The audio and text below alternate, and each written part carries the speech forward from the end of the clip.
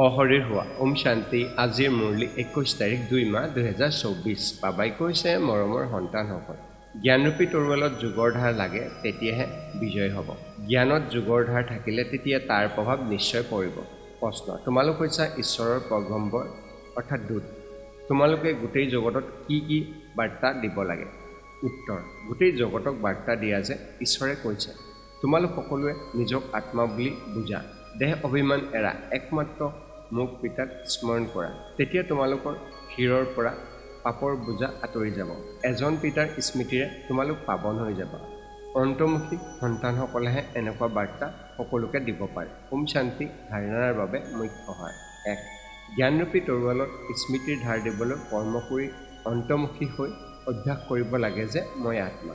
মোক আত্মাক পিতাই নিৰ্দেশ দিছে, নিৰন্তৰ মোক স্মৰণ কৰা। এজন পিতাৰ প্ৰতি সঁচাপিত ৰাখা। দেহ আৰু দেহৰ সম্বন্ধীয়সকলৰ পৰা মমত্ব আঁতৰাই দিয়া। 2. প্ৰবৃত্তিত থাকি ইজনে সিজনক সাৱধান কৰি সংঘ হৈ উচ্চপদ ল'ব লাগে। ক্ৰোধৰ অংশও ত্যাগ কৰিব লাগে। নিজৰ বুদ্ধি সভ্য কৰি তুলিব লাগে। বৰদান, সাক্ষী হৈ কৰ্মেন্দ্ৰিয়ৰ দ্বাৰা কৰ্ম কৰোঁতা কৰ্তাবোধৰ পৰা মুক্ত অশৰীৰ হোৱা। শ্লোগান, বিশ্বৰ ৰজা হ'বলৈ হ'লে বিশ্বক শান্তিৰ প্ৰকম্পন দিওঁতা হোৱা। ওম শান্তি।